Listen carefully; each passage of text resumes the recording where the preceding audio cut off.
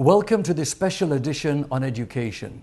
I'm Richard Peretz, and our guest today is the President Emeritus of Nova Southeastern University and past Chairman of the Broward School Board, Dr. Dr. Fischler.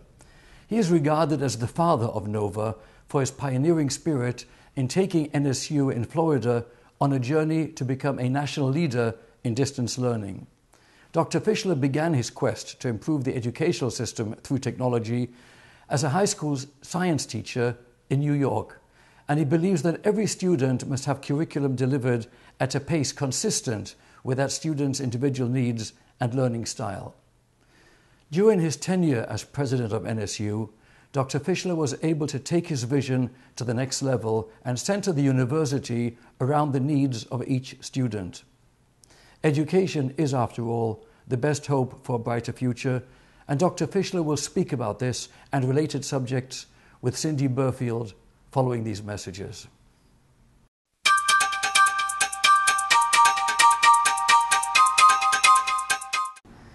With us now is Dr. Abraham Fischler. It's great to have you on the show. It's good to be on the Fischler. show. It's good to have you as my interviewer. Thank you, thank you. And as you know, I'm a student at Nova, and Are you enjoying it? so much. I feel like I've grown by leaps and bounds, and I'm truly involved in the whole process of reform and excited about it, and excited to do more. Have you had good teachers? I've had fantastic teachers. That's what I want to Yes, hear. Yes, definitely. Especially since you're in my center. Yes, I've finished my coursework, completely done, and it's now the dissertation process, and it's coming along. Tell me what you're working on. I'm working on teacher professional learning. How in this day and age, in the 21st century, are we going to align the needs of society with teacher professional learning? And I know we have the new standards, we have new ways of evaluating teachers, all the top-down stuff, but I'm concerned with the bottom-up processes. How are teachers going to transform to fit 21st century teaching and learning? So, in the classes that you've taken, are most of the classes where the professor lectures and you take notes? All my classes have been online.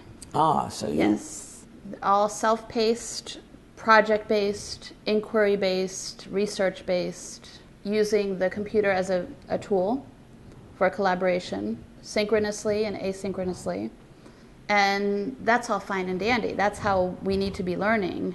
And I'm a doctoral student, but how do we... Define we. We, students, my classmates. How about all the students that you teach? That you teach? The students that I teach are using technology. Tools such as different cloud-based tools where they can create a writing piece together collaboratively. There's a new cloud-based tool that I'm planning to implement. It's called Webspiration, and it's a mind mapping tool, a concept map, where the students can visually see the interconnectedness of a concept. So if they're studying a area in science, they can map it out and show the interrelations. And that would just be one piece of the learning process. So, you're learning the same way you want your children to learn. Absolutely. And so when you get done and you get your doctoral degree and you go back to teaching both levels, the university level and the student level in K-12, at both levels, the content will be more sophisticated, but the tools will be the same. And the process. And the environment will be the same. Only the level of analysis and synthesis and self-judgment will be different. Sure.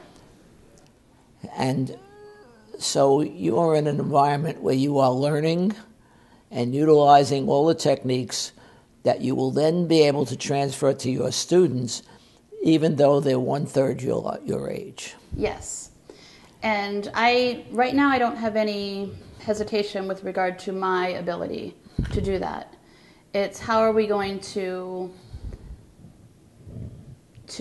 make this on a larger scale? How are we going to get more teachers to do this? And I've done some research on situated learning and having the teachers themselves experiencing the tools and the processes, just like we were talking about. And I feel that that is the best way for them to learn. I agree. That's what you're learning, only you're paying for it. They're going to do it in service education, and you're going to teach them. Yes, but how long in your opinion do you think this is going to take before the system evolves to that mode of situated learning? And I also feel that the teachers should be part of the curriculum design. Not in the self-paced mode. You don't think so? No. Because the self-paced is all computer-based design.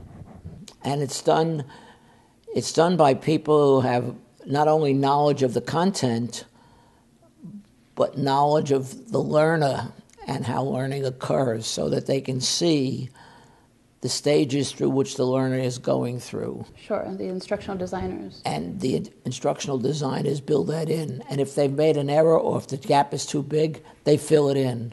So for the beta testing of things in the self-paced mode, you try it with a batch of students, and you see the steps that you've built in, you know where it's going, and you know how it's getting there, and then you see that for a small group of students, it's too big a gap between A and B. Sure. So you fill it in. Right. So when you beta test that kind of mode, it's iterative. It gets more acceptable and more successful with the complex learners that we have responsible for. I see. What about the design as far as how we were talking earlier about how we have the one group of students working on the research and the processes and the soft skills such as collaboration and communication. And then you have the group over here working on the self-paced learning and how what about that part of the design? All students go through those three areas at the rate and at the level that they can perform. It's not that I have one group here doing one and another group over here doing another and a third group doing it. No. They're all doing it. They're all going through the self-paced mode. But the teacher is facilitating and the that teacher process. is walking around and facilitating. Then the teacher may take 5 or 10 minutes to lay out the problem that she wants to work or he wants to work with students on. And then he divides them into groups of 4 or 5 in each group. And he gives them sub-projects. And then they have to work together. Right. Each one of them are working, but they're working on a different aspect of the content right. that they're working on. And then they share it. So by the time they get together, they've learned how to work together. They've learned the responsibility of working in a group. They've learned how to use the technology for building the content that they're going to present, PowerPoint presentations or whatever that you're going to use. And so on a Friday or Monday or Wednesday, then the group that's ready to presents to the whole class. Sure. So all the those knowledge 21st that this century group, skills. the knowledge that this group got, they pass on. In the meantime, it all feeds together to the big circle that you selected because that's the content you wanted them to study at that particular time. All self-paced. Well, it is self-paced, but there's a termination of when they're going to make their presentations. Sure. So it's not quite self-paced, but within the group itself. There's still planning. There's still teacher planning involved. With students. And there's still teacher pedagogy involved. In this one, yeah. In this area where they're working at small groups, yes. So how are we going to then? Well, I guess we kind of answered that before. To transform those teachers, I'm wondering because we're throwing down new standards and we're throwing down new this and we're throwing down new that, but the teachers nothing's happening as far as their... Look what's happened to you. You're getting a doctorate by taking PhD courses through the use of technology. Yes, but I'm the exception. No, you're not the exception in the school, in the university. You're not the only one doing that. No, mostly my experience is in K through 12. Or Yes, right. But those teachers aren't doing it. So through in-service education, right, they're going to have to learn. They're going to have to learn through the in-service. So we're going to have to build that. And you're going to be a teacher. You're going to be a teacher to them. Right. So it's a matter of time before this whole thing rolls over. But time is still a variable. I can't tell you whether that's going to occur. I'm trying to put together the components to do this for the state of Connecticut. And all the superintendents in the state of Connecticut have agreed that they have to change. Wow. So I'm bringing together 4 corporations on March 13th in my office.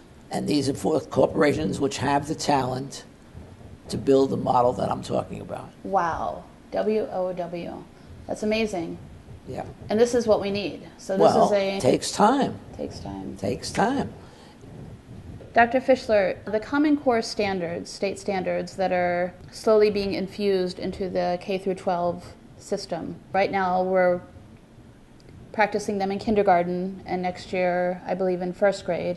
And then by the year 2014-15, we should have a full K through 12 infusion of these standards. First of all, how do you think they're going to impact student achievement, and how does professional development fit into that? If you go back to some of the conversation we've had, you can only infuse as fast as students can acquire. We know that students learn at different rates, have different preferential learning styles. We have to provide an environment where the slowest student doesn't get punished, but is given the time to acquire what that student needs in order to move successfully through the system. So in the self-paced mode, you as a teacher will keep a record of how fast the students are moving through the modules, and you get a feeling for the slope of a curve. And when that slope begins to change, that's when you know you better go talk to the child.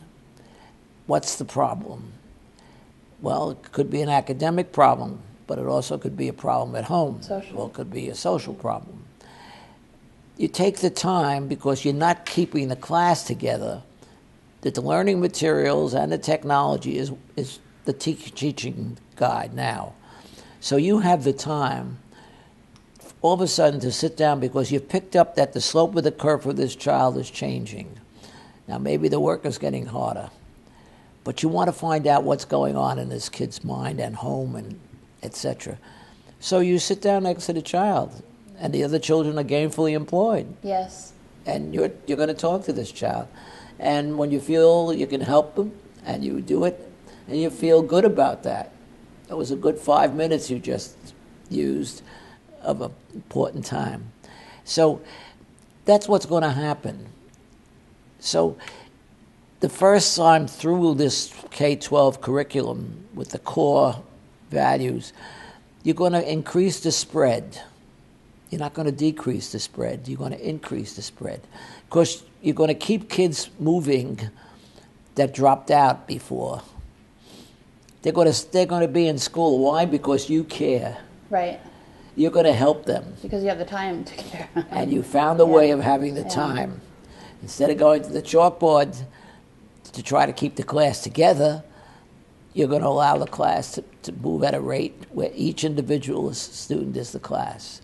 So that helps you find the time necessary to begin to help each student. Sure. When you put them into groups, you group them in a way which enables the group to be heterogeneous.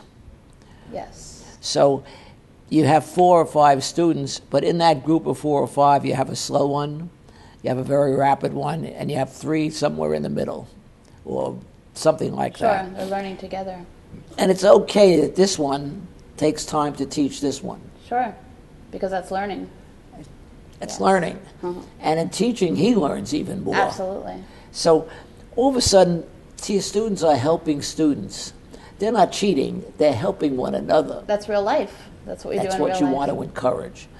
And even the slowest student is going to write something using PowerPoint. But he'll give it to a colleague to make sure the spelling is correct, unless he has a spell check and has used it correctly. He'll give it to a colleague to read and make changes or suggestions, so he'll do it again. Sure. It's easy to do it again because it's on a computer. So it's authentic. It's the way we operate. My wife corrected every paper I ever wrote. And the reason was she was a language major. Right. I was a science major. So I gave it to her, and she would redo it. The English was correct, the spelling was Sure. correct, Teamwork. and she learned science. Right. Interesting. And I learned how to write much better. Right. So she really taught me how to write. Wow. Because we were married, and she read everything I wrote.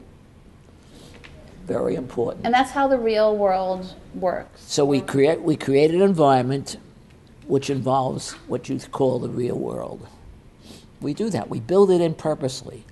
And we don't isolate the poorer kid that's doing it more slowly. We make sure that he finds a way to contribute.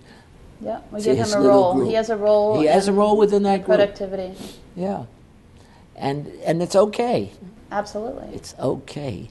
Because what's really going to be important to him is his self-concept and his self-worth.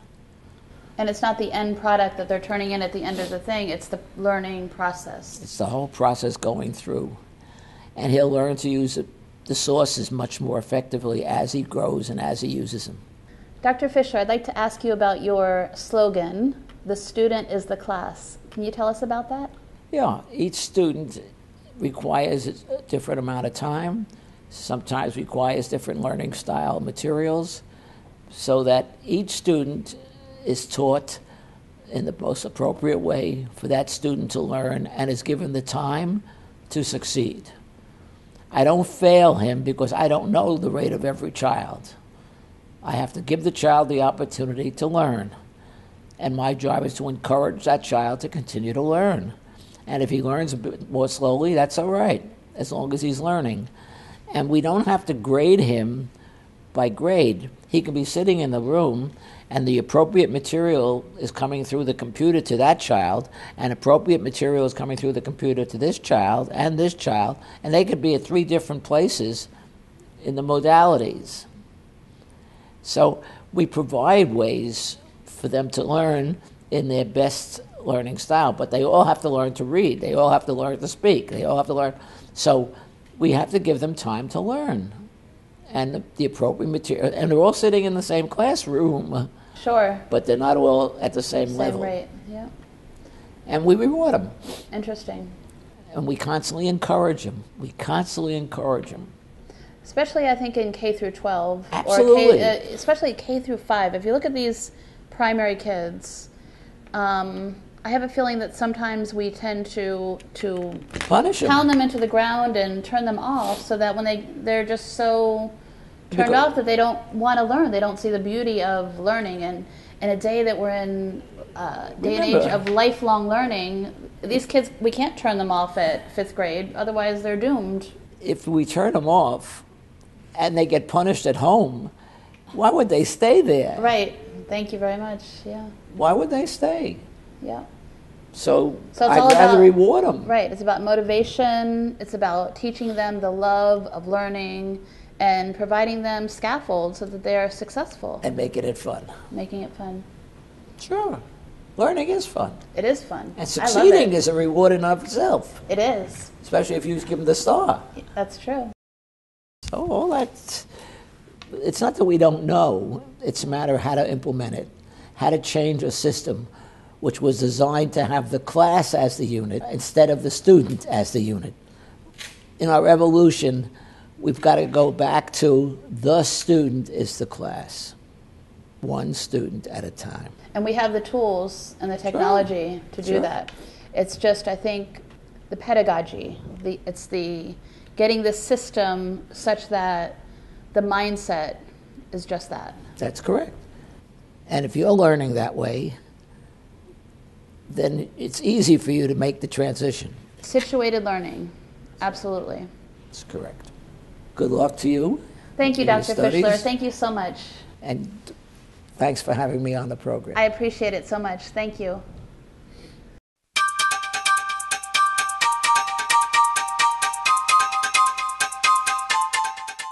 This concludes our special show on education. I'm Richard Peretz. Thank you for being with us.